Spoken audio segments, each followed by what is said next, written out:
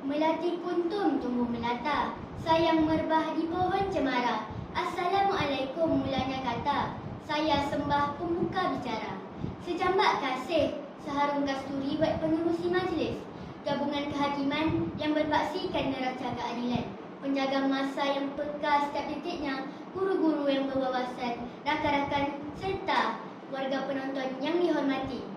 Berdirinya saya di sini kerana ingin membawa anda semua bersama-sama menghayati dan menyelami baik-baik pidato saya yang bertajuk Kesihatan Dicakna, Hidup Bermakna. Hadirin sekalian, sebelum kita melangkah lebih jauh, izinkan saya mendefinisikan terlebih dahulu tajuk pidato Pilihan di Hati. Hadirin sekalian, menurut Pertubuhan Kesihatan Sedunia WHO mentakrifkan perkataan sihat ialah keadaan sempurna fizikal, mental dan sosial dan tidak hanya ketika ketiadaan sakit. Kesihatan pula sangat luas maknanya dengan pelbagai tafsiran, akan tetapi saya ingin tekankan di sini kesihatan ialah merujuk kepada tahap keadaan tubuh dari sudut jasmani, emosi dan rohani. Istilah cakna pula ialah bermaksud ambil peduli atau ambil berat.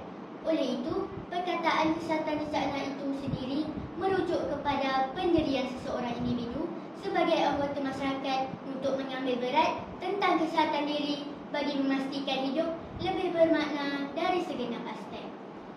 Sejahtera, sihat dan cergas anugerah paling berharga dalam kehidupan seseorang.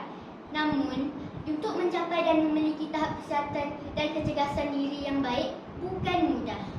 Pertubuhan Kesihatan Sedunia WHO menyatakan kesihatan ialah satu tahap atau keadaan seseorang individu yang sempurna dari segi fizikal, mental dan sosial, bukan sekadar bebas daripada penyakit, kecacatan dan kecederaan saja.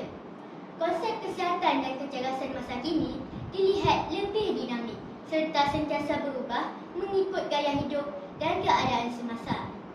Individu dalam masyarakat ini menunjukkan kesedaran terhadap aktiviti fizikal bagi meningkatkan kesihatan dan kecergasan diri. Namun, adakah kesedaran ditunjukkan seiring amalan dan aktiviti fizikal dilakukan? Hadirin yang dimuliakan, saya tampilkan hujah yang pertama. Penjagaan kesihatan amat penting pada masa kini. Dunia baru sahaja dibadai oleh pandemik yang amat dahsyat, iaitu COVID-19. Banyak pengajaran yang boleh dipelajari akibat daripada wabak maut ini, terutamanya dalam penjagaan kesihatan fizikal dan imunisasi tubuh badan. Setiap rakyat perlu sedar dan cakna akan kesihatan diri, keluarga dan masyarakat kerana kita semua maklum mencegah suatu penyakit itu lebih baik daripada mengubati.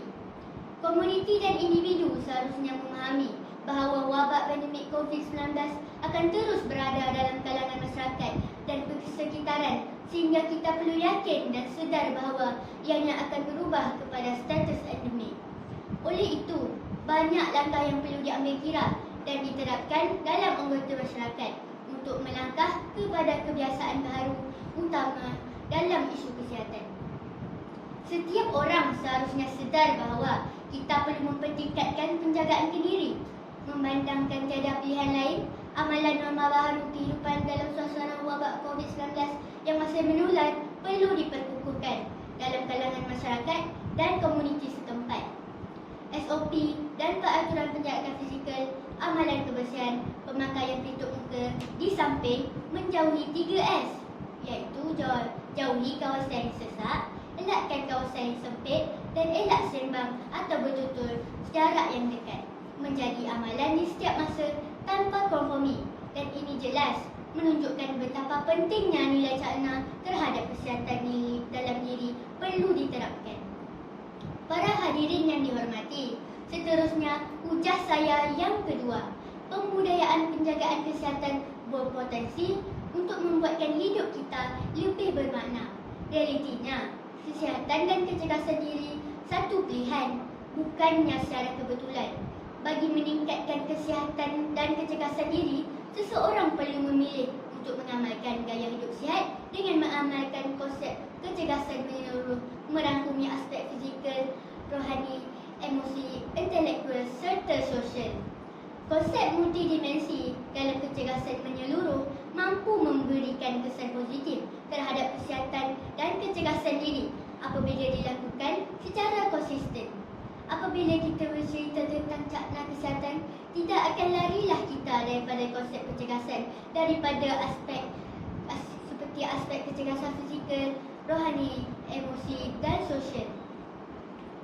Komponen kecergasan fizikal menekankan keupayaan individu untuk berfungsi secara berkesan dalam menghadapi cabaran dan tugasan harian serta menggunakan masa lapang dengan efektif selain mempunyai lebihan tenaga untuk menghadapi kecemasan.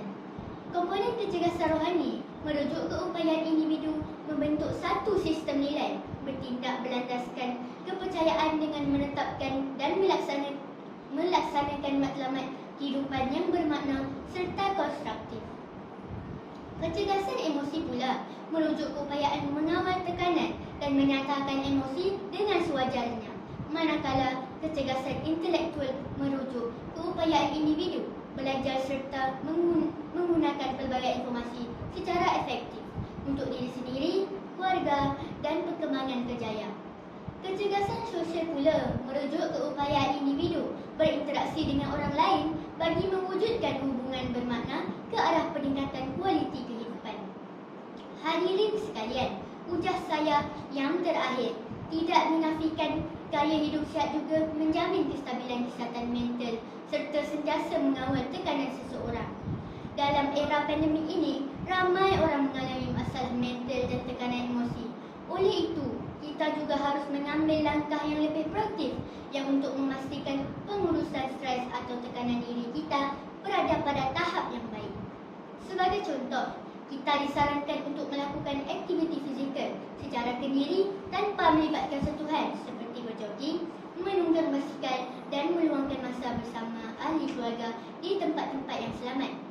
Banyak aktiviti yang boleh disertai secara virtual, malah di peringkat sekolah, pelbagai pertandingan dijalankan secara atas talian untuk terus memastikan perkembangan jasmani, emosi, rohani dan intelek murid terus dapat dipantau dan dipertingkatkan. Aktiviti fizikal yang dilakukan secara konsisten akan memberi kesan positif kepada sistem tubuh dengan mengurangkan risiko penyakit kronik, menguatkan jantung, meningkatkan stamina, melancarkan peredaran darah, meningkatkan sistem pertahanan tubuh, mengurangkan lemak dan mampu mengekalkan berat badan ideal serta meningkatkan motivasi diri seseorang.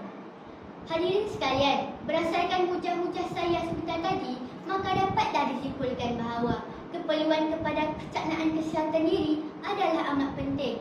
Dalam kesibukan kerja seharian, kita perlu bijak memilih dan melakukan aktiviti yang memberi manfaat kepada kesihatan serta kecergasan diri. Carilah masa sekitar 20 hingga 30 minit sehari sama ada pada waktu pagi atau petang untuk melakukan aktiviti fizikal sekurang-kurangnya 3 hingga 4 kali seminggu seperti bersenam, berbasikal, berlari, berenang dan pelbagai aktiviti lain.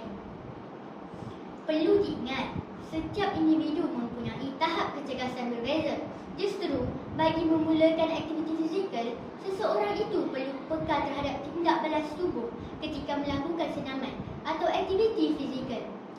Tuan-tuan dan puan-puan, jika hendak kita hujahkan dengan panjang lebar berkenaan tajuk yang dibawa, tidak cukup kiranya masa yang diberi.